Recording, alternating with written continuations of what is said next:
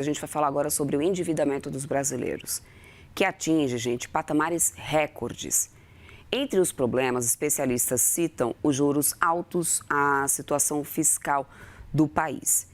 Quem nos explica melhor esse cenário de inadimplência é o pesquisador associado do INSPER, o Marcos Mendes, que já está aqui comigo. Marcos, muito bom dia para você, bem-vindo aqui à nossa programação. Olá, bom dia. Marcos, existe uma aparente contradição, né, nessa situação do endividamento. O governo tenta alinhar essa questão do endividamento das famílias, lançando, né, mais uma vez, um programa que, por outro lado, aumenta a desconfiança em relação ao cenário fiscal que aí acaba impactando também a taxa de juros. Juros altos acaba sendo um dos motivos também do endividamento das famílias. Até que ponto uma política de crédito sem um ajuste fiscal perde a potência antes mesmo de chegar ao consumidor?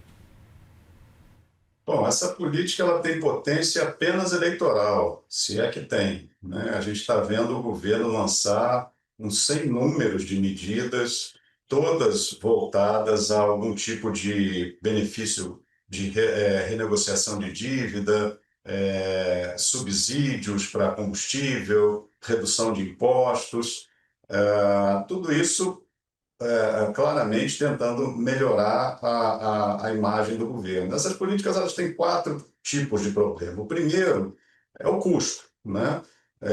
Quando você vai renegociar a dívida das famílias, você tem que botar garantia pública e esse dinheiro sai do orçamento e aumenta o endividamento bruto, né? Aumentando o endividamento bruto, como você falou, vai ter impacto na taxa de juros.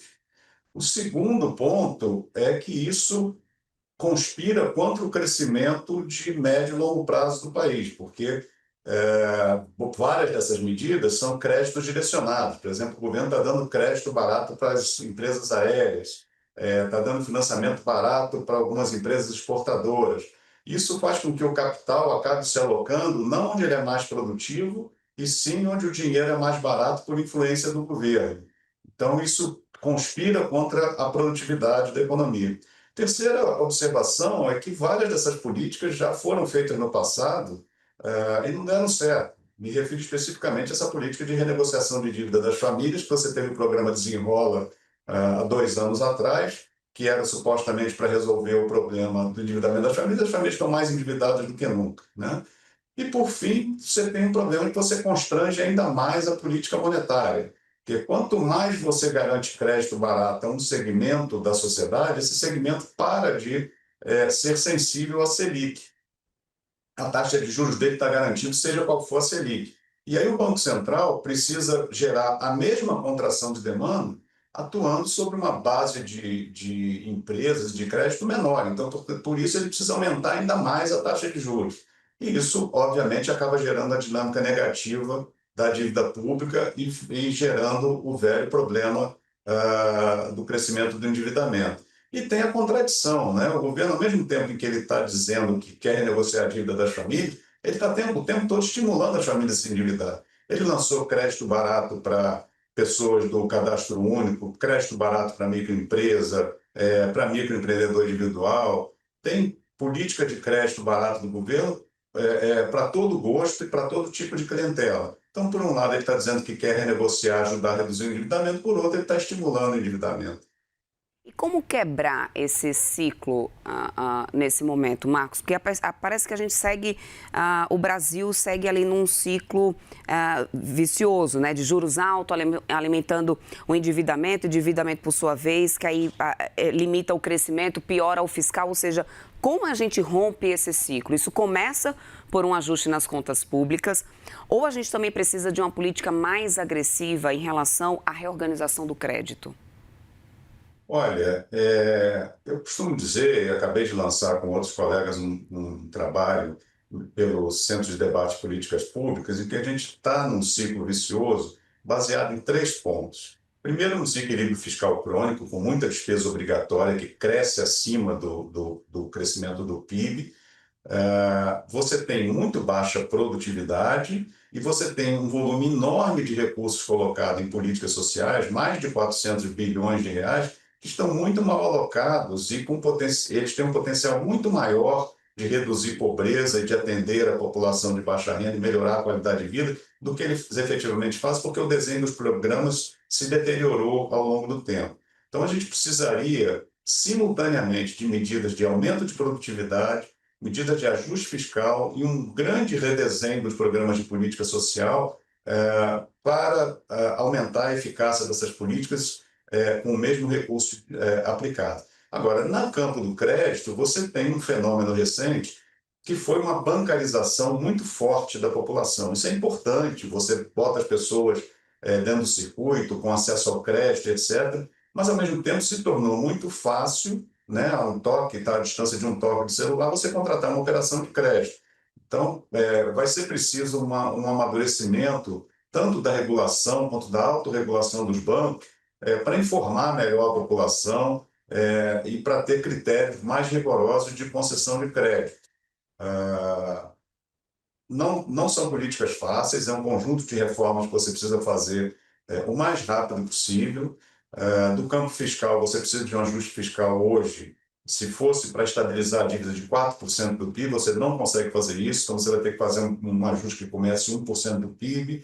Ao mesmo tempo, você não consegue dar um choque de produtividade de uma hora para outra, mas tem uma série de medidas, como abertura da economia, uma série de mudanças no mercado de crédito, e o redesenho das políticas sociais. Então, é um conjunto muito grande de reformas que o novo governo, o novo Congresso deveriam estudar e abraçar para tirar o país desse cenário que fica patinando no baixo crescimento, no alto endividamento, e as famílias não saem de uma situação de pobreza ou de mediocridade. O senhor costuma sempre destacar, né, essa questão da importância da qualidade do gasto público. Hoje, a percepção, às vezes, é que o Brasil gasta muito e muitas vezes gasta mal, né, em relação, principalmente quando se trata de situações como essa, como o endividamento das famílias, porque a gente fica sempre parece que a gente está sempre enxugando gelo, é o que me parece. Na sua visão, há espaço, Marcos, para políticas que sejam mais eficientes sem necessariamente ter que ampliar despesas? Eu não tenho dúvida disso. Com um orçamento de mais de 400 bilhões na área social, você pode fazer muito mais do que está sendo feito. Vou te dar um exemplo concreto de deterioração da qualidade dos programas sociais. A partir de, se não me engano, 2021, 2022, o Bolsa Família passou a ter um valor mínimo por família, que, se eu não me engano, é R$ 600. Isso estimulou as famílias a se dividirem. Então, um casal supostamente se separa para cada um ser uma família diferente, cada um receber R$ 600. Isso é um desvirtuamento do programa. Teve uma explosão das famílias unipessoais no Bolsa Família, e você não melhora. Aquele dinheiro que está indo extra para uma família poderia estar tirando outra família da pobreza. Você tem que ter critérios baseados no número de filhos e programas para para lidar com as famílias que estão saindo da situação de pobreza. Então, você tem muitos programas para famílias pobres e você tem muitos programas para famílias que estão, ou trabalhadores que estão no mercado formal de trabalho. Aquele camarada que está no meio do caminho, que tem muita volatilidade da renda dele, uma hora ele está pobre, outra hora ele melhorou de vida, ele tem muita insegurança. Então, tem um espaço para você redirecionar recursos para atender essas pessoas que estão sujeitas, que conseguem gerar renda, mas que estão sujeitas à volatilidade de renda. Dá mais segurança para essas pessoas, para elas poderem avançar e terem estabilidade para avançar nas suas vidas profissionais e financeiras. Você tem vários programas que gastam recursos excessivamente, como o seguro-defeso, que é pago a uma série de pessoas que não são pescadores. Você tem o abono salarial, que é um programa antigo, defasado, que já não deveria mais existir.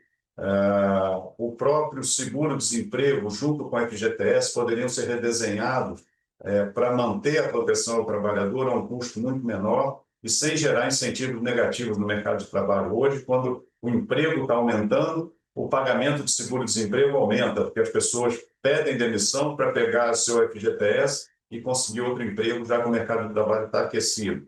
Então, tem uma série de reformas de redesenho de políticas sociais e políticas de atenção ao trabalho que não vão tirar a cobertura, pelo contrário, vão aumentar a cobertura da população, vão reduzir custos e vão tornar a política pública mais eficiente. Para a gente amarrar aqui o nosso papo, olhando para frente, qual que é a tua expectativa em relação a essa questão do endividamento do brasileiro, né? Considerando que temos juros altos e que deve continuar ainda alto, bastante elevado por mais tempo. Ontem mesmo tivemos a pesquisa Focus já aumentando a expectativa de taxa básica de juros. Taxa básica de juros que ela é piso, mas ela não é teto, porque se a gente considerar o custo do crédito, tem muitas outras variáveis embutidas, principalmente quando se trata de juros de cartão de crédito, né? Além disso, ainda temos a questão fiscal, o ano eleitoral. Qual que é a tua perspectiva para o endividamento do brasileiro no país? A primeira pergunta que a gente tem que fazer é se isso deve ser objeto de política pública, se o governo deve se meter nessa coisa, entrando diretamente na renegociação da dívida das pessoas. Isso gera um aprendizado negativo, um incentivo negativo. A pessoa que renegociou sua dívida no desenrola fala assim, eu me livrei de uma dívida, então estou tranquilo, vou me endividar de novo, porque quando a coisa apertar, o governo vai entrar de novo, subsidiando. Então, o governo tem um papel a cumprir na educação financeira, na regulação dos empréstimos abusivos, trabalhando junto com os bancos para ter canais de esclarecimento à população. Não deve entrar diretamente na renegociação da dívida, até porque o setor bancário já faz isso. Todo ano tem feirão Serasa de renegociação. O camarada fica 2 anos, 3 anos sem pagar a dívida, já aparece uma empresa para as quais os bancos terceirizam a dívida para oferecer desconto de 70%, 80% no débito. Então, o mercado já funciona para negociar a dívida. O governo tem que entrar onde ele faz a diferença, onde ele faz a regulação correta, onde ele faz as regras de transparência correta e, sobretudo, não deixando entrar no segmento de empréstimos e de captação de recursos, empresas que não têm capacidade para tal, filtrando adequadamente a capacidade de capital, de gerência e etc. Eu quero muito agradecer Marcos Mendes, que é pesquisador associado do INSPER. Muito obrigada, meu querido, pelo seu tempo nesse feriado. Bom feriado para você e até uma próxima. Até a próxima, muito obrigado. Até mais.